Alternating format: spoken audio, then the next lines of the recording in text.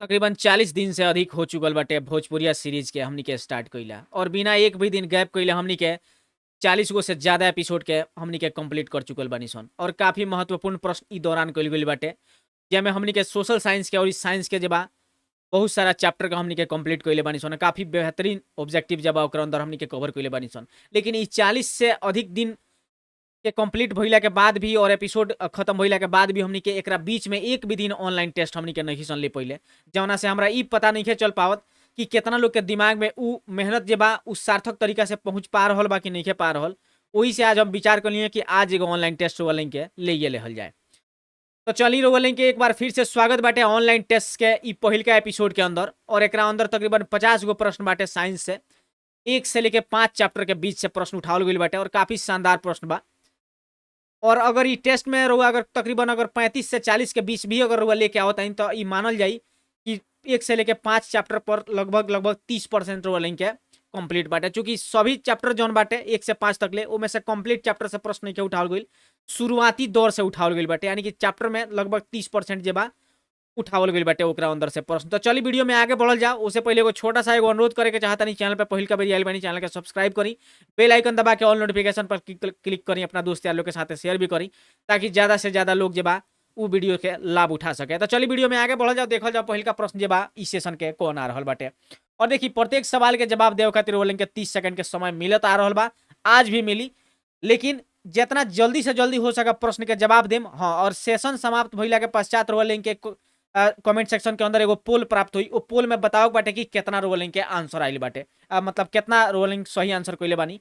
Rolling के करे के का बाटे कि सेशन जब स्टार्ट हो जाए तो रोलिंग के जवाब अपना कॉपी पर लिखे के बाटे कि जैसे मान ली पहिलका नंबर प्रश्न आइल तो ओकर पहिलका के कौन नंबर आंसर होई रोवा इच्छा अनुसार, ए होई तो ए, बी होई तो बी, सी होई तो सी, ऐसा लिख ले बा। और लास्ट में रोलिंग के बताओ बाटे कि जे कितना प्रश्न के जवाब सही जवाब रोलिंग कइले बानी। तो चलिए वीडियो में आगे बढ़ल जाओ और देखल जाओ पहिलका प्रश्न रोलिंग के सामने कौन आ रहल बाटे। तो देखिए पहिलका सवाल जे बा उ रोलिंग के सामने आ गइल बा। वायु रोधी बर्तन में खाद्य सामग्री रखने से उपचयन की गति हो जाती है, धीमी हो जाती है, तीव्र हो जाती है, बराबर रहती है या अति तीव्र हो जाती है। आपको यह बताना है कि जो वायु रोधी बर्तन है उसमें खाद्य सामग्री रखने से उपचयन की गति में क्या परिवर्तन होता है। तो देखिए यहाँ जब 4 गो ऑप्शन दिहल गइल बाटे, ओमे से एगो जवाब जब बिल्कुल सही हो जाई, ओमे से रोलिंग के बताओ बाटे। चली तो यहाँ जब पहिलका सवाल के पहिलका जवाब जे बा उ ऑप्शन नंबर ए हो जाई, बिल्कुल सही जवाब धीमा हो जाला। का होखेला? ऑप्शन नंबर ए बिल्कुल सही जवाब हो जाई। अगला सवाल देखी, प्रत्येक सवाल के जवाब देव खातिर 30 सेकंड के समय मिली और हम पर्याप्त 30 सेकंड देम ताकि रोवा लिख भी सकी उस सवाल के और आंसर देवे में रोवा सहूलियत भी होके, ताकि कितना सवाल के जवाब सही हो रहा बा पता भी चले। तो देखिए यहाँ पे दूसरा नंबर प्रश्न रोवा के सामने आ गइल बा। Fe2O3 + 2Al ई मिल के बनावता है Al2O3 + 2Fe। ऊपर दिया गया अभिक्रिया किस प्रकार का अभिक्रिया है? संयोजन अभिक्रिया, द्विविस्थापन अभिक्रिया, वियोजन अभिक्रिया या विस्थापन अभिक्रिया। देखिए ऊपर एगो अभिक्रिया देहल गइल बाटे, वो अभिक्रिया के देख के रोलिंग के बताओ बाटे कि कौन अभिक्रिया हुए, संयोजन अभिक्रिया है, द्विविस्थापन हुए, वियोजन हुए कि विस्थापन अभिक्रिया है। तो देखिए यहाँ पे जब ऑप्शन नंबर जे बा दूसरा के बिल्कुल सही जवाब जाइए, ऑप्शन नंबर डी ई हो गया विस्थापन अभिक्रिया। यहाँ पे रोज देख सकतानी कि जे ऑप्शन नंबर डी जब ओकर आंसर बिल्कुल सही जवाब हो जाई। अगले का सवाल देखिए, लौह चूर्ण पर तनु हाइड्रोक्लोरिक अम्ल डालने से क्या होता है? सही उत्तर पर निशान आपको लगाना है। हाइड्रोजन गैस एवं आयरन क्लोराइड बनता है, क्लोरीन गैस एवं आयरन हाइड्रोक्साइड बनता है, कोई अभिक्रिया नहीं होती, आयरन लवण एवं जल बनता है। ई तीसरा नंबर प्रश्न के जवाब उस सही जवाब रउरा बताओ बाटे। देखिए आंसर तो हम बताइए देता नहीं, लेकिन कौनो प्रकार के ई आज के जो सेशन में बा कौनो प्रश्न के जब हम व्याख्या ना करें, कारण एक पीछे ही बा कि हम ऑलरेडी प्रश्न के व्याख्या कोनो न कोनो सेशन के अंदर हम कर चुकल बानी। यही से इस सेशन में हमरा खाली टेस्ट ले बा, हमरा जाने के बा कि कितना लोग जे बा सही आंसर कर पाता, कि कितना दिमाग में अभी तक ले रखले बा, कितना लोग भूल गइल बाटे। तो देखिए यहाँ पे 3 के जवाब सही आंसर हो जाई, ऑप्शन नंबर ए जे बा वो बिल्कुल सही जवाब हो जाई, हाइड्रोजन गैस एवं आयरन क्लोराइड बनेला। अगला सवाल देखिए, श्वसन किस प्रकार की अभिक्रिया है? उपचयन, संयोजन, अपचयन, ऊष्माशोषी। देखिए आगे धीरे धीरे सोशल साइंस में भी कई सारा हमनी के सब्जेक्ट खत्म कर ले, जैसे हमनी के अर्थशास्त्र भी खत्म हो गइल बाटे, इकोनॉमिक्स जौन है कहल जाला, हमनी के सिविक्स भी खत्म हो गइल बा, हिस्ट्री में तकरीबन हम 4 चैप्टर समाप्त कर चुकल बानी, ज्योग्राफी में खत्म कर चुकल बानी। तो धीरे धीरे हम बीच बीच में ई ऐसा का एगो ऑनलाइन टेस्ट जो हम लेके आवत रहे ताकि रोलिंग के भी रिवीजन होत रहे, ऐसा ना कि कॉले नहीं ओकरा के भूल गई, ऐसा ना होके के चाहिए। तो देखिए यहाँ पे जब ऑप्शन नंबर बिल्कुल सही जवाब हो जाई। ऑप्शन नंबर ए जवाब ऊ बिल्कुल सही जवाब हो जाई। श्वसन जवाब उपचयन अभिक्रिया होखेला। ऑप्शन नंबर ए चौथा के बिल्कुल सही जवाब हो जाई। अगला सवाल देखी, एगो रउआ सामने रिएक्शन देहल गइल बाटे, ओकरा के देख के बताओ भाई। एगो समीकरण देहल गइल बाटे, रासायनिक समीकरण एगो देहल गइल बाटे, ओकरा के देख के बताओ बा कि ई अभिक्रिया जे बा ऊ कौना प्रकार के अभिक्रिया बा। उपचयन अभिक्रिया बा, अपचयन अभिक्रिया बा, उदासीनीकरण बाटे कि रेडॉक्स अभिक्रिया बाटे। 5 नंबर प्रश्न जे बा ओकरा के देख के रोलिंग के बताओ बा कि कौन अभिक्रिया हुए। समय जे बा ऊ धीरे धीरे निकल रहल बा। देखी बहुत सारा समय रोलिंग के लगे अभी बा और बहुत सारा समय निकल भी गइल बाटे। तो लापरवाही कोनो प्रकार के ना होके के चाही। बहुत सारा हम देख रहल बानी, 2-4-5 गो गार्जियन लोग भी हमरा लगे कॉल कइले रहल बच्चा लोग के कि सर बच्चा बहुत सारा समय जे बा ऊ मोबाइल पर बिता देता। ई जौन इंस्टाग्राम जौन चलल बा, इंस्टाग्राम नाम के जौन एगो रील्स बा ओकरा अंदर चलेला, बच्चा भर दिन उहे रील्स देख रहल बाटे। तो देखी ई सब चीज ना होके के चाही। रील्स देखे खातिर जीवन में बहुत समय मिली, लेकिन जौन रोल के एगो सुनहरा अवसर जौन चल रहा, सुनहरा मौका जौन सुनहरा समय चल रहा बा, ओकरा के बर्बाद कइला से कोनो फायदा नहीं है। अगर ई एक बार खत्म हो जाई, ई फिर दोबारा लौट के वापस ना आई।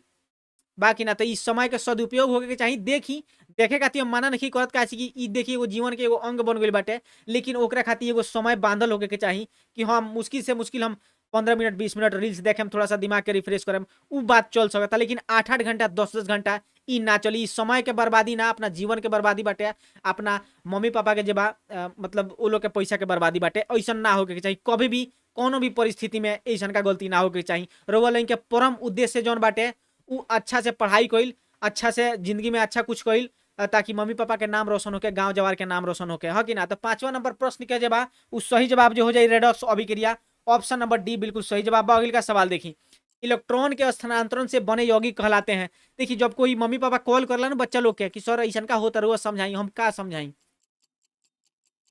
समझाई, समझा समझा के तो थक गइल बानी। अगर कोई ना समझे के चाहे कि वो अपना इच्छा से अगर बर्बादी चुना तो हम का कर सकता नहीं, कि गार्जियन का कर सकता। देखिए अब रोलेंगे उतना भी बच्चा नहीं कि जितना बच्चा बने के रहुआ प्रयास कर रहल बानी, क्योंकि 10th क्लास में आ गइल बानी, रोलेंगे परीक्षा दे के इंटरमीडिएट में रोलेंगे प्रवेश करें। तो अब मतलब बचपना अब एके बे उतनो नहीं है कि कहल जा सके कि हम बच्चा रहनी हमरा ना समझ में ऐसा को बात नहीं है। ना समझ बनला से कोनो फायदा नहीं है। रोलिंग अब समय के दृष्टिकोण से देखल जाए तो काफी समझदार हो गए बानी। समय के सदुपयोग करे के रोलिंग के पता होके के चाहिए। 6 नंबर प्रश्न के जवाब सही जवाब का हो जाई, वैद्युत संयोजी हो जाई। ऑप्शन नंबर बी जवाब बिल्कुल सही जवाब हो जाई। सवाल आ रहल बा 7 नंबर रोलिंग के सामने आ गइल बा। नीचे दी गई अभिक्रिया में कौन सा कथन सही है। 2Cu + O2 ई बनावता कथी 2CO CuO बनावता। तो देखिए हमें जौन देखे के भाई अभिक्रिया के और देख के बताओ बाटे कि कौन अभिक्रिया हुए, कथन कौन सही बाटे अभिक्रिया खातिर। 7 नंबर प्रश्न रुआ सामने आ गइल बाटे। कॉपर का ऑक्सीकरण, कॉपर का अवकरण, कॉपर का नाइट्रेशन, ए एवं बी दोनों। देखिए 4 गो ऑप्शन दिहल गइल बाटे, ओमे से जवाब ऑप्शन नंबर ए जवाब बिल्कुल सही जवाब हो जाई। ए ऑप्शन बिल्कुल सही जवाब बा, कॉपर के ऑक्सीकरण होता। ऑप्शन नंबर ए बिल्कुल सही बाटे। कॉपी पर लिखत चली ताकि पता चले कि कितना सवाल के सही जवाब देले बानी, ताकि लास्ट में जब हम पोल करवाई कमेंट सेक्शन के अंदर तो सही मतलब सटीक हमरा के डाटा दे पाई कि कितना लोग कितना कंट्रोल करके रखले बा। देखिए हम जानता नहीं हमरा लगे बहुत अधिक बच्चा नहीं है, लेकिन जितने लोग भी बा, हम जितने लोग खातिर मेहनत कर रहा बानी, सही तरीका से मेहनत हो पा रहा बा कि नहीं, बच्चा लोग उतना काम कर रहा बा कि ना, वो हमरा पता चले के चाहिए। 8 नंबर प्रश्न देखिए, सिल्वर क्लोराइड का रंग क्या है। श्वेत, पीला, हरा की काला। सिल्वर क्लोराइड के जबा रंग जो होकेला उ श्वेत होकेला। ऑप्शन नंबर ए जबा उ बिल्कुल सही जवाब हो जाए। अगले का सवाल देखी, समीकरण एगो देहल गइल बाटे रुआ सामने, एकरा के देख के बताओ बा कि कौना प्रकार के समीकरण हुए। वियोजन ह, संयोजन ह, उभयगामी ह कि प्रतिस्थापन हुए। 9 नंबर प्रश्न रुआ सामने आ गइल बाटे।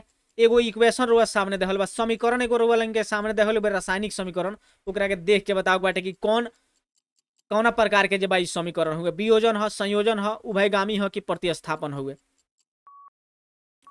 तो देखिए यहाँ पे बात 9 नंबर प्रश्न के जो सही जवाब बाटे ऑप्शन नंबर ए हो जाए। 4 गो में से ऑप्शन नंबर ए वियोजन जौन बा ई वियोजन अभिक्रिया हुए। ऑप्शन नंबर ए बिल्कुल सही जवाब हो जाए। अगले का सवाल देखिए, साग सब्जियों को विघटित होकर कंपोस्ट बनना किस अभिक्रिया का उदाहरण है। उष्मा शोषी, उष्मा क्षेपी, उभयगामी या प्रतिस्थापन।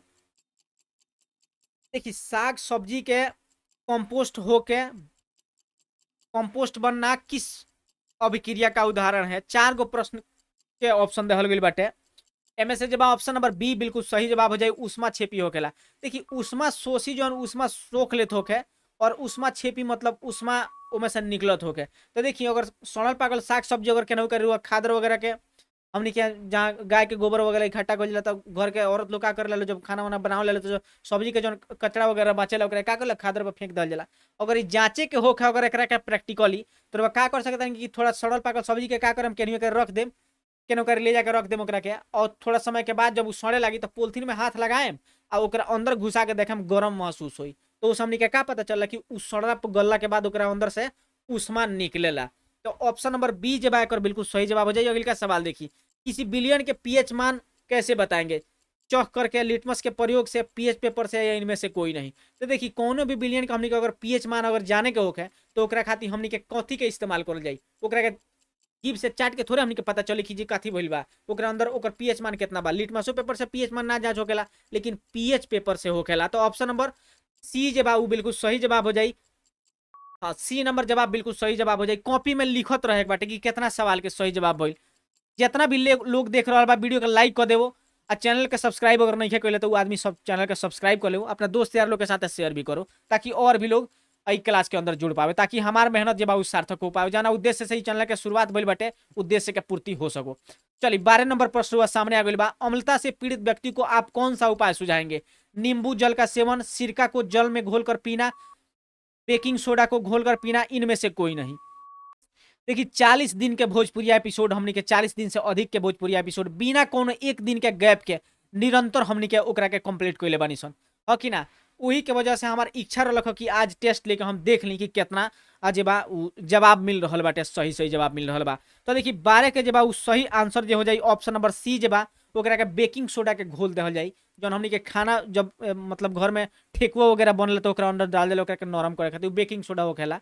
ओके ना, चाहे इनो वगैरह हमनी के पिए जाला तो ओकरो अंदर सोडे होखेला, है ना? चाहे फ्रिज वगैरह ई जौन एगो और ही मिलेला गैसो फास्ट वगैरह, ओकरा अंदर भी सोडा के मात्रा भी सोडा के मात्रा रहेला अधिकतर मात्रा में, और भी कुछ ओकरा अंदर कुछ कुछ चीज मिलावल जाला जौना से बहुत तुरंत मात्रा में जेका होखेला गैस्ट्रिक जो होखेला उ राहत मिल जाला, थोड़ा पेट में जलन वगैरह होखेला तो उससे थोड़ा राहत मिल जाला। तो ऑप्शन नंबर सी जवाब 12 के वो बिल्कुल सही जवाब हो जाए। अगले का सवाल देखिए, उदासीन विलयन का पीएच मान होता है 6, 7, 8, 14। उदासीन विलयन के पीएच मान कितना होखेला? तो उदासीन विलयन के पीएच मान जो होखेला उ 7 होखेला, इ न्यूट्रल होखेला, हो कि ना? तो ऑप्शन नंबर बी जवाब बिल्कुल सही जवाब हो जाई। कॉपी में लोग लिखत रहे कि कितना सवाल के सही जवाब देनी। हमरा आखिरी में ये बात जाने के हार्दिक इच्छा बाटे, और हम उम्मीद करता नहीं कि रोलिंग बताएं भी कि कितना रोलिंग के सही जवाब बा। देखिए जे भी आवे हमें परेशान भइला के जरूर नहीं है, हो सकता थोड़ा ज्यादा भी आवे थोड़ा कम भी आवे, तो ओकरा खातिर परेशान भइला के जरूर नहीं है। मेहनत करके हर चीज के हासिल कइल जा सकता। दुनिया में ऐसा का कोनो चीज नहीं है जे इंसान चाह देवे ओकरा ना मिले, हो कि ना? तो ऑप्शन नंबर बी जवाब बिल्कुल सही जवाब हो जाए। अगले का सवाल देखिए, बिना चखे आप खट्टे और कड़वे पदार्थ की जांच कैसे करेंगे? लिटमस पत्र से, हल्दी से, मिथाइल ऑरेंज से, या इनमें से सभी से? तो देखिए कोनो चीज खट्टा बा कि कड़वा बा, चीज के जांचे खातिर हमनी के लिटमस पत्र के भी इस्तेमाल कर सकता सन, हल्दी के भी इस्तेमाल कर सकता सन, मिथाइल ऑरेंज के भी इस्तेमाल कर सकता सन, या एमे से सब के इस्तेमाल कर सकता सन। तो देखिए एमे से देख के वो बताओ बाद 14 नंबर प्रश्न के सही जवाब कौन हो जाए। हम पर्याप्त मात्रा में समय दे रहा बानी, हम जल्दी जल्दी नहीं करवाते यही से, ताकि रोलिंग कॉपी पर लिख पाए कि कितना सवाल के जवाब उरवा सही जवाब दे पाई। तो देखिए यहाँ ऑप्शन नंबर डी जवाब बिल्कुल सही जवाब हो जाई। सबसे हमनी के जांच सकता नहीं कि कोनो पदार्थ खट्टा बाकी कड़वा बाटे। ऑप्शन नंबर डी जवाब वो बिल्कुल सही हो जाए। अगले का सवाल देखिए, बेकिंग सोडा है sodium carbonate, sodium bicarbonate, sodium carbonate और टाइट्रिक अम्ल का मिश्रण, सोडियम बाइकार्बोनेट और टाइट्रिक अम्ल का मिश्रण। तो देखिए बेकिंग सोडा जो होखेला अगर है नीचे वाला दूगो ऑप्शन ना देहल रही तो हमनी के ओकरा के सोडियम बाइकार्बोनेट कह सकत रहनी सन, लेकिन ओकरा अंदर जे बा टाइट्रिक अम्ल के मिश्रण भी दे देले बा सोडियम बाइकार्बोनेट के अंदर। तो ऑप्शन नंबर डी जे बा उ बिल्कुल सही जवाब हो जाई। 15 का ऑप्शन नंबर डी बिल्कुल सही जवाब हो जाई। अगले का सवाल देखिए, लिटमस क्या है? बैगनी रंग का रंजक, एक सूचक, लाइकेन के पौधे से निकाला जाता है। तो देखिए लिटमस पत्र के बताओ बाटे कि का होखेला। बैगनी रंग के रंजक होखेला, एगो सूचक होखेला, लाइकेन के पौधा से निकालल गइल कुछ होखेला, या ऑप्शन नंबर डी देला बा इनमें से सभी। 16 नंबर प्रश्न के 4 गो ऑप्शन देहल गइल बाटे। प्रत्येक सवाल के जवाब देवे खातिर रोलिंग के 30 सेकंड के समय हम पर्याप्त मात्रा में समय दे रहल बानी। परेशान भइले के जरूर नहीं है, इत्मीनान से जवाब दी, हड़बड़ियाए के नहीं है। आराम से खूब ज्यादा से ज्यादा समय लागी तो हमरा बुझाता उम्मीद बा कि हमरा अब 20 से 25 मिनट के टाइम लगी और आराम से रोलिंग के सेशन समाप्त हो जाए। जे वीडियो बाद में देखी क्लास खत्म होइला के बाद उ थोड़ा सा अपन स्पीड अपना इच्छा अनुसार ओकरा के कम बेस कर सकता। हालांकि जे लाइव में बा उस सवाल के जवाब जानवा इत्मीनान से दे सकता। तो देखी लिटमस जे बा उ बैगनी रंग के एगो रंजक भी होखेला, एगो सूचक भी होखेला और एकरा के लाइकेन के पौधा से निकालल भी जाला। तो ऑप्शन नंबर डी जे बा उ बिल्कुल सही जवाब हो जाए। अगला का सवाल देखी, तनु हाइड्रोक्लोरिक का पीएच मान होगा। हाइड्रोक्लोरिक HCl के कहल जाला हाइड्रोक्लोरिक, ई एगो एसिड होखेला कि ना, अम्ल जवना के कहल जाला हिंदी में। ओकर पीएच मान बताओ के बाद 6 होला, 7 होला, 8 होला कि 0 होखेला। तनु हाइड्रोक्लोरिक अम्ल के मान बताओ के बाटे। तो देखी यहाँ जे बा 4 गो ऑप्शन देहल गइल बाटे ABC करके। प्रत्येक सवाल के जवाब रोलिंग के देवे खातिर 30 सेकंड के समय मिलता और ई जे बा 17 के जे बा सही आंसर हो जाई ऑप्शन नंबर डी 0 होखेला। अगली का सवाल देखी, अम्ल और क्षार की जांच के लिए कौन उपयुक्त नहीं है? सिरका, लिटमस, हल्दी, फिनेप्थिलीन। 4 गो ऑप्शन देहल गइल बा, एमे से एगो आंसर जे बा उ बिल्कुल सही बा। कॉपी पर रोलिंग के आंसर लिखे के बाटे कि कौन आंसर जे बा उ सही बाटे। देखी जरा जल्दी जल्दी करे के होखे उ वीडियो बाद में भी देख के जल्दी जल्दी कर सकता। हम टेस्ट ले के चाहता नहीं, हम चाहता नहीं कि हमरा पता चले कि कितना जो हमारा बच्चा लोग बा जिस रोज रोज क्लास कर रहा बा ओकरा दिमाग में कितना सवाल के जवाब आज भी जिंदा बा, कि कुछ सवाल जवाब दिमाग से हट गइल बाटे। तो देखी यहाँ पे जे बा अम्ल के हमनी के जांच करे खातिर सिरका के जबा इस्तेमाल नहीं सन कर सकत। हालांकि हमनी के लिटमस के भी कर सकता इंसान, हल्दी भी एगो सूचक होकेला ओकरा के भी कर सकता इंसान, और फिनेप्थिलीन के भी कइल जा सकता, लेकिन सिरका के नहीं कइल जा सकत। ओके ना, तो ऑप्शन नंबर ए जवाब बिल्कुल सही जवाब हो जाए। अगले का सवाल देखी, धातु के ऑक्साइड होते हैं अम्लीय, क्षारीय, लवणीय या इनमें से कोई नहीं। तो देखी धातु के ऑक्साइड होखेला उ कौन चीज होखेला, एमे रउआ बताओ बाटे। धातु के ऑक्साइड कैसन होखेला, अम्लीय होखेला, क्षारीय होखेला कि लवणीय होखेला या इनमें से कोई नहीं। 19 नंबर प्रश्न के रउआ जवाब देवे बाटे कि का होखेला। तो देखी यहाँ जे बा धातु के जो ऑक्साइड बा उ का होखेला, अम्लीय होखेला। ऑप्शन नंबर ए जे बा उ बिल्कुल सही जवाब हो जाई। कुछ कुछ कंडीशन में क्षारीय भी होखेला तो ओकरा खातिर अपवाद मानल जा सकता। तो ऑप्शन नंबर ए जे बा उ बिल्कुल सही जवाब बा। अगले का सवाल देखी, अम्ल और क्षार की अभिक्रिया के प्रतिफल क्या होते हैं? लवण, जटिल यौगिक, लवण और जल, हाइड्रोजन और जल। 20 नंबर प्रश्न हुआ सामने आ गइल बाटे। प्रत्येक सवाल के जवाब देवे खातिर रोलिंग के 30 सेकंड के समय मिल रहा बाटे। देखी रोलिंग कितना घंटा आजकल पढ़ रहा बानी सन। देखी कौनो भी सब्जेक्ट जे बा जवना के पढ़ रहा बानी ओकरा के नियमित पढ़े के प्रयास करी। चैप्टर के रीडिंग एक बार जरूर करी, एक बार अध्ययन करी। ऐसा ही मतलब ना जो एकदम बारीकी से लाइन बाई लाइन दिमाग में एकदम गड़ा के दिमाग पढ़ रहा बनी, ऐसा का ना, एकदम सरसरी निगाह से एक बार पढ़ लेल करी। एगो टाइम टेबल अच्छा खासा बनाई और टाइम टेबल के हिसाब से पढ़ी। हर सब्जेक्ट के रउआ आधा घंटा टाइम देवे के बा आधे घंटा दी, 45 मिनट देवे के बा 45 मिनट दी, लेकिन निरंतर ओकरा के पढ़ी, ओकरा के फॉलो करी। ई जब रउआ तकरीबन एक सप्ताह जब कऽ ली तो कोशिश करी कि 14 दिन हम ओकरा के मतलब एक सप्ताह से बढ़ा के 14 दिन तक ले ओकरा के पहुंचाई। आ 14 दिन जब कंप्लीट हो जाए तो जोर लगा के ओकरा के 21 दिन ले 21 दिन ले जब रउआ कंप्लीट कऽ लेम कोनो भी चीज के लगातार करे के, फिर ओकरा बाद जौन हमनी के लेजनेस जौन हमनी के अंदर आवेला ना, जौन के देहाती भाषा में हमनी के आसकत कहे निसन, उ जौन लेजनेस जे बा उ आलस जे बा उ धीरे धीरे खत्म हो जाई, हो कि ना। तो 21 दिन अगर वह कंप्लीट कर लेम तो आसकत खत्म हो जाई। चलिए 20 नंबर प्रश्न के जवाब सही जवाब हो जाई लवण और जल। अम्ल और क्षार के अभिक्रिया के प्रतिफल में हमनी का प्राप्त होकेला, लवण और जल प्राप्त होकेला। ऑप्शन नंबर सी बिल्कुल सही जवाब। अगले का सवाल देखी, निम्न में कौन आयनिक यौगिक है? HCN, CCl4, KCl और CO2। निम्न में से आयनिक यौगिक बताओ बाकी कौन हुए। देखिए पोटेशियम क्लोराइड जौन होखेला उ आयनिक होखेला, पोटेशियम क्लोराइड। तो यहाँ पे ऑप्शन तो दिखिए रहल होई, जवाब दे ली लगे ओकरा बाद हम आंसर बता रहल बानी। देखिए यहाँ पे जब ऑप्शन नंबर सी बिल्कुल सही जवाब हो जाए। KCl जो बा उ आयनिक यौगिक हो गए। ई जौन 4 गो ऑप्शन देहल गइल बाटे ओमे से, तो ऑप्शन नंबर सी बिल्कुल सही जवाब बा। अगले का सवाल देखी, किस धातु को किरोसिन में डुबो कर रखते हैं? सोडियम के, मैग्नीशियम के, Hg पारा के कहल जाला, T स्टैंड फॉर टाइटेनियम के कहल जाला। तो देखी धातु के जौना के डुबो के हमनी के मतलब किरोसिन के अंदर रखे निसन उ सोडियम के कहल जाला। Na जौना के सूत्र होखेला, सिंबल जौन होखेला Na, है कि ना। तो ऑप्शन नंबर ए जे बा उ बिल्कुल सही जवाब हो जाई। और जे भी आंसर दिले हो ऑप्शन नंबर ए उ बिल्कुल सही जवाब। हम फिर से बताओ तनी कॉपी में लिखे के बा और लिख के बाकायदा रोलिंग के टेलीग्राम पर शेयर भी करे बाकी के कॉपी पर लिखले रहलक हो ताकि पता तो चले कि के लिखता। हालांकि हम पोल भी करवाए में रोलिंग कॉपी पर जे लिखले बानी ओकरा के टेलीग्राम में शेयर भी करम ग्रुपवा में, लिंक डिस्क्रिप्शन में देहल गइल बा, जाके ओकरा के ज्वाइन भी कर लेम अगर जे लोग नहीं खे कइले तो। और कि ना चली यहाँ पे आ गइल बाटे तो ऑप्शन नंबर ए बिल्कुल सही जवाब बा। अगली का सवाल देखी, एल्यूमिनियम का प्रमुख अयस्क है हेमेटाइट, सिनेबार, बॉक्साइट की गैलेना। एल्यूमिनियम के रोलिंग के बताओ बाटे कि ओकर अयस्क कौन हुए। 4 गो यहाँ पे प्रमुख अयस्क देहल गइल बाटे, अलग अलग धातु के अयस्क देहल गइल बाटे, ओमे से कोनो एगो अयस्क जौन बा उ एल्यूमिनियम के अयस्क हुए, उहे रोलिंग के चुन के बता दे बाटे कि कौन हुए। हालांकि देखिए एल्यूमिनियम के बहुत सारा अयस्क होकेला, लेकिन ई फिलहाल 4 गो ऑप्शन के अंदर एक गो कोनो बा जौना के जवाब रोलिंग के देवे बाटे। देखिए एल्यूमिनियम के जौन प्रमुख अयस्क होकेला उ कौन होकेला, बॉक्साइट होकेला। तो ऑप्शन नंबर सी जवाब उ बिल्कुल सही जवाब हो जाई। अगली का सवाल देखिए, किस अधातु को जल में डुबो कर रखते हैं। सल्फर के, आयोडीन के, श्वेत फास्फोरस के, लाल फास्फोरस के। देखिए यहाँ 4 गो जवाब ऑप्शन दिहल गइल बाटे, ई जितना चारू ऑप्शन में दिहल बा सब जे का होकेला अधातु होकेला, लेकिन कोनो में से एगो ऐसा का धातु बा जौना के हमनी के का करे निसन जल में डुबो के रखे निसन, पानी के अंदर हमनी के ओकरा के डुबो के रखल जाला, काहे कि बहुत अधिक अभिक्रियाशील होकेला। उ हवा में आवते तुरंत रिएक्ट होके का होकेला ओकरा अंदर आग लग जाला। तो ओकरे के बताओ बाटे। तो देखिए यहाँ पे जब 24 के जो सही जवाब हो जाई ऑप्शन नंबर सी हो जाए, श्वेत फास्फोरस का हमनी के का करनी सन जल के अंदर डुबो के रखनी सन। अगली का सवाल देखिए, बॉक्साइट किस धातु का अयस्क है। एल्यूमिनियम के, लेड के,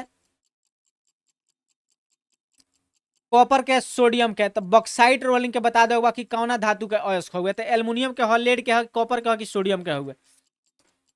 बॉक्साइट किस धातु का अयस्क हुए। तो अभी थोड़ा समय पहले ही बतानी है एल्यूमिनियम के हुए। तो ऑप्शन नंबर ए जवाब बिल्कुल सही जवाब बा। देखिए प्रश्न कई बार जवाब उहे रहे लेकिन तरीका बदल जाला ओकरा पूछे के, कब ऑप्शन में के उठा के सवाल में रख दी, कब सवाल में के उठा के ऑप्शन में रख ली, जवाब जहां बा ओइजन में रही। देखिए 26 नंबर प्रश्न सामने आ गई बा, क्लोरीन की संयोजकता क्या है। -1, 2, 1 की -2। देखिए क्लोरीन के संयोजकता जब उ होखेला कितना, ऑप्शन नंबर सी जवाब बिल्कुल सही जवाब हो जाई, 1 होखेला क्लोरीन के संयोजकता। हमनी के तकरीबन 20 मिनट से अधिक हमनी के समय हो गई बाटे 26 को प्रश्न करे में, तो थोड़ा सा स्पीड के का करता नहीं हम बढ़ा लेता नहीं ताकि ज्यादा समय हमनी के ना लगे। अगली का सवाल देखिए, हेमेटाइट किस धातु का अयस्क है। लोहा के, लेड के, तांबा के, जिंक के। हेमेटाइट किस धातु का अयस्क है, लोहा, लेड, तांबा की, जिंक। तो देखिए हेमेटाइट जो होकेला उ का होकेला लोहा के अयस्क होकेला। तो ऑप्शन नंबर ए जवाब उ बिल्कुल सही जवाब हो जाए, ऑप्शन नंबर ए बिल्कुल सही जवाब हो जाए। अगली का सवाल देखिए, सल्फाइड अयस्क के रूप में पाए जाने वाले मुख्य धातु हैं जिंक और कॉपर, सोडियम और पोटेशियम, एल्यूमिनियम और लोहा, कैल्शियम और मैग्नीशियम। देखिए सल्फाइड अयस्क के जो मुख्य रूप से पाए जाए वाला धातु बाटे ओकरा के रोलिंग के बताओ बाटे। 4 गो जो ऑप्शन देहल बा ओमे से एगो ऑप्शन बिल्कुल सही बाटे, उ जे ऑप्शन बाटे ऑप्शन नंबर ए बा, जिंक और कॉपर जे बा। अगली का सवाल देखी, एसिटिक अम्ल का आईयूपीएसी नेम रोलिंग के बताओ बा।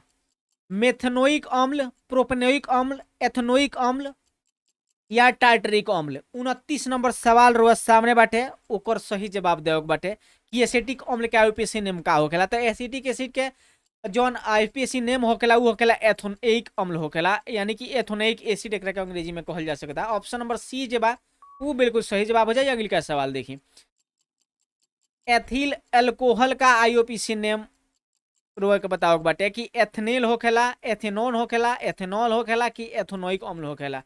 देखिए एथिल अल्कोहल बताओ बाटे, एथिल अल्कोहल के आईयूपीएसी नेम सर वाले के पढ़ले होके मतलब बतैले होके कि जे आईयूपीएसी नेम क्या निकला। तो देखिए इथिल अल्कोहल के जो आईयूपीएसी नेम होखेला उ होखेला एथेनॉल। तो ऑप्शन नंबर बी जवाब बिल्कुल सही जवाब बा। अगली का सवाल देखिए, एसिटल्डिहाइड का आईयूपीएसी नेम नाम है एथेनॉन, एथेनॉल, एथेनॉल, एथेन। 4 गो ऑप्शन देहल गइल बा में से एगो आंसर जवाब बिल्कुल सही जवाब बाटे। तो 31 नंबर प्रश्न के जवाब सही जवाब बा एथेनॉल हो जाला। का होखेला ऑप्शन नंबर बी बिल्कुल सही जवाब हो जाए। अगली का सवाल देखिए, हालांकि ज्यादा आईयूपीएसी नेम रोलिंग के परीक्षा में पूछेला ना, कभी कभी पूछेला, पिछला साल शायद ना पूछले रहे एको प्रश्न, पिछला साल या पिछला साल मतलब 23 में ना या शायद 22 में ना, ना पूछ रहा है। कभी कभी इक्का दुक्का क्वेश्चन पूछला, ज्यादा ना पूछेला। और वो लगे के साइंस में 80 गो प्रश्न मिली एग्जाम में और में से रोलिंग के 40 गो के जवाब देवे के रहेला कि ना। तो अगर ना आवे तो ओकरा के स्किप भी कर सकता नहीं, कोनो चिंता वाला विशेष कोनो बात बानाटे। तो देखिए यहाँ पे 32 नंबर प्रश्न हुआ सामने आ गई बा। क्लोरोमीथेन का सूत्र वाले के बताओ बा CH4 CH3Cl C2Cl2 या C2H2 C2H4। तो देखिए यहाँ पे जब क्लोरोमीथेन के जो सूत्र जो होकेला वो CH3Cl होकेला। ऑप्शन नंबर बी जब वो बिल्कुल सही जवाब हो जाए। अगले का सवाल देखिए, प्रोपेन का आणविक सूत्र होता है C3H8 या C3। प्रोपेन के आणविक सूत्र बताओ के बाद C3H8 है, इनमें कौन कौन मतलब हमें आबंध बताओ के बाटे कि कौन आबंध होकेला। सहसंयोजी आबंध बाटे, सहसंयोजी आबंध वाला बताओ के बा कि 7 गो 8 गो 9 गो 10 गो कय गो होकेला ई बताओ के बाटे। तो देखिए एकरा अंदर जे बा उ होकेला 10 गो सहसंयोजी आबंध होकेला। तो ऑप्शन नंबर डी जे बा 33 के वो बिल्कुल सही जवाब हो जाए। अगले का सवाल देखिए, बेंजीन का अणु सूत्र है, बेंजीन के अणु सूत्र कितना होखेला। CH4 C2H2 C6H6 C2H4। देखिए बेंजीन के जो सूत्र होखेला उ का होखेला C2H2 होखेला। ऑप्शन नंबर बी बिल्कुल सही जवाब। जल्दी जल्दी कॉपी में लिखल करी, टाइम थोड़ा सा 25 मिनट के आसपास हो गए। अगले का सवाल देखिए, निम्नलिखित में से किस हाइड्रोकार्बन में 3 आबंध होते हैं। CH4 में, C2H6 में, C3H4 में, C3H8 में। 35 नंबर सवाल के सही जवाब रोलिंग के देवे के बाद तो 35 नंबर के सही जवाब जो हो जाई ऑप्शन नंबर सी हो जाई। C3H8 जो होखेला एगो ऐसा हाइड्रोकार्बन होखेला जौना के अंदर 3 गो बंद होखेला। अगली का सवाल देखी, कार्बोनिल ग्रुप प्रतिकारक कौन है। CHO CO COOH या फिर O। कार्बोनिल ग्रुप बताओ बेटा। तो कार्बोनिल ग्रुप जो होखेला उ का होखेला CHO होखेला। ऑप्शन नंबर ए जो बा उ बिल्कुल सही जवाब। अगले का सवाल देखिए, एथेनॉल का क्रियाशील मूलक है, एथेनॉल का क्रियाशील मूलक है OH CHO COOH CO। देखिए जितना भी हम ऑब्जेक्टिव करवा रहा बानी नु, चाहे अभी तक ले जितना करवाइले बानी वो से बाहर ना जाई। चिंता करे वाला कोनो विषय वस्तु नहीं है। हम रिवीजन इतना बार करवा देमू कि ऐसे देख के ना हो गया कि टटोले के ना पड़ी कि कौन आंसर हुई कौन ना हुई। एकदम सीधे सवाल के जवाब, सीधे आंसर पर नजर जाई, सवाल के सीधे जवाब पर नजर जाई। इतना रिवीजन करवा देम, परेशान भइले के जरूरी नहीं है नु। अभी चैप्टर वाइज चल रहा बा। थोड़ा समय के बाद हमनी के मिसलेनियस शुरू कल जाई। हालांकि आज एगो मिसलेनियस ऑनलाइन टेस्ट के रूप में हमनी के समाप्त करे जा रहा बानी। तो देखिए 37 के जवाब उस सही नंबर जवाब हो जाए। ऑप्शन नंबर ए OH बा उ बिल्कुल सही हो जाए। अगले का सवाल देखिए, इथाइल अल्कोहल का अणु सूत्र होता है C3OH C2H5OH C2H6OH C2H2O2 C2H2OH। ऐसे बताओ एक बार हुआ अणु सूत्र इथाइल अल्कोहल के। तो 38 नंबर प्रश्न के जवाब सही जवाब हो जाए ऑप्शन नंबर बी C2H5OH। अगले का सवाल देखिए, मेंडलीफ ने अपने आवर्त सारणी में तत्वों को सजाया था, कौन हिसाब से सजेले रहे। परमाणु संख्या के बढ़ते क्रम में, परमाणु द्रव्यमान के बढ़ते क्रम में, आणविक द्रव्यमान के बढ़ते क्रम में, या इनमें से कोई नहीं। मेंडलीफ जे रहलन उ अपन आवर्त सारणी के अंदर तत्व के कौन हिसाब से सजेले रहलन उ रोलिंग के बताओ बाटे।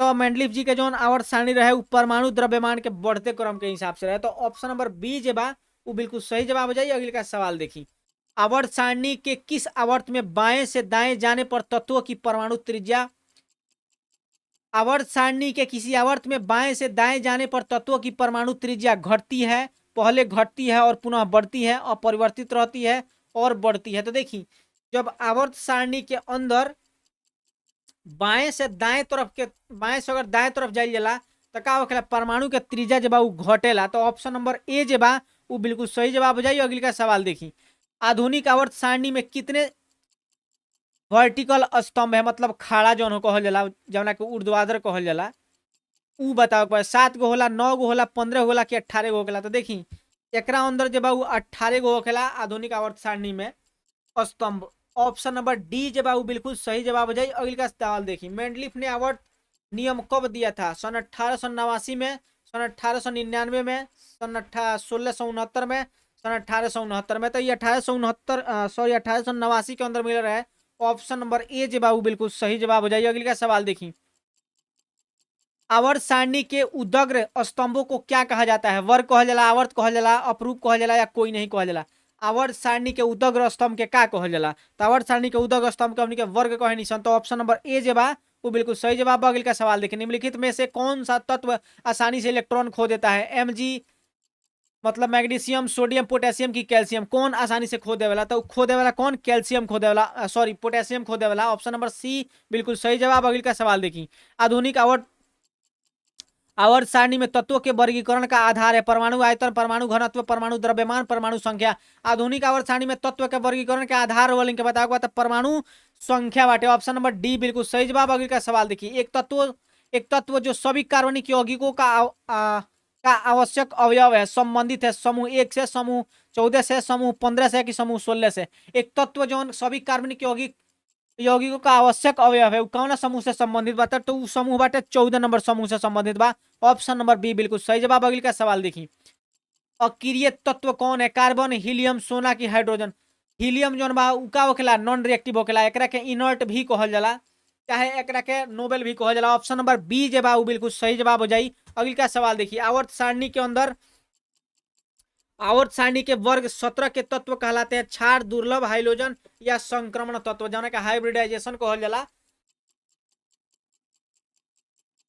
तो देखिए यहाँ जब ऑप्शन नंबर सी जो हो जाएगी हाइड्रोजन कहल जाला। आवर्त सारणी के वर्ग जो 17 बाटे ओकरा तत्व का हाइड्रोजन कहल जाला। ऑप्शन नंबर सी बिल्कुल सही जवाब। अगली का सवाल देखिए।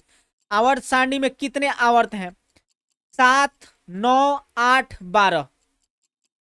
हमनी के कर रहल बानी सन सोशल साइंस के क्लास 10 साइंस के ऑनलाइन टेस्ट मैट्रिक परीक्षा 2024 के प्रश्न कि ना। क्लास 10 के बिहार बोर्ड के एग्जाम खाती 2024 के एग्जाम खाती हमनी के ऑनलाइन टेस्ट कर रहा बानी सन, ऑनलाइन प्रश्न हमनी के देख रहा बानी सन। तो देखी 49 के जवाब सही जवाब जो हो जाई ऑप्शन नंबर ए हो जाई। 7 गो आवर्त होखेला।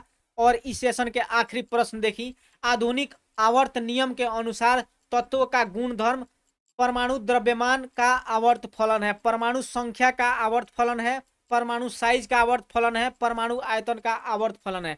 तो देखिए 50 के जवाब सही जवाब जो हो जाई ऑप्शन नंबर बी हो जाई, परमाणु संख्या का आवर्त फलन है। तब 50 गो प्रश्न जे बा रोलिंग के ठोक बजा के रोलिंग के सामने प्रस्तुत कर दिया गई बाटे। अब रउआ लंगी पोल जे रोलिंग के सामने कमेंट सेक्शन के अंदर जौन आ गई बाटे उ पोल के अंदर रोलिंग के बतावे के बा कि जे रोलिंग के कहाँ से कहाँ के बीच में रोलिंग के आंसर मतलब जे जवाब बाटे उ सही बाटे इतना 50 गो प्रश्न के अंदर। मतलब रोलिंग के बतावे बाटे कितना सही बाटे। एग्जैक्ट तो सब ऑप्शन ओकरा अंदर ऐड नहीं कर जा सकत, लेकिन हम ओकरा अंदर ई सब ऐड कर देता नहीं कि इतना से इतना के बीच में बताइए वाला ऑप्शन, इतना से इतना के बीच में बताइए, इतना से इतना के बीच में। तो ऐसे करके हम ऑप्शन एक अंदर दे दिले बानी। तो ओकरा अंदर बोलेंगे फटाक से ना पुल कर दिले बताई लगिन कि जे जौन प्रश्न बाटे 50 गो में से कितना सही बाटे।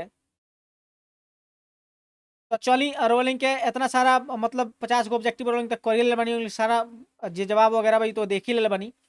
और क्लास खत्म भइला के बाद भी रोलिंग अपन अपन नंबर जे बा जे केकरा कितना मार्क्स आइल बाटे ओकरा के कमेंट भी कर देम। चूंकि पोल तो बा थोड़ा समय के बाद खत्म हो जाला, लेकिन कमेंट हमेशा रहेला। उसे पता रोलिंग के चली जब बाद में कबो वीडियो देखेम तो देखेम कि कहम कि हाँ इतना ए बेरा कइले रहनी, एमे थोड़ा सा और अधिक हो जाएके चाहिए। ऐसा का रोलिंग के रिवीजन भी करे के चाहिए तो ओकरा उस समय कर सकते हैं। तो कमेंट सेक्शन में सब केहू के जे बा वो नंबर आवे के चाहिए, दिखे के चाहिए। चलिए बहुत बहुत धन्यवाद सब केहू के। शुभ रात्रि। फिर मिलता नहीं अगले एपिसोड में।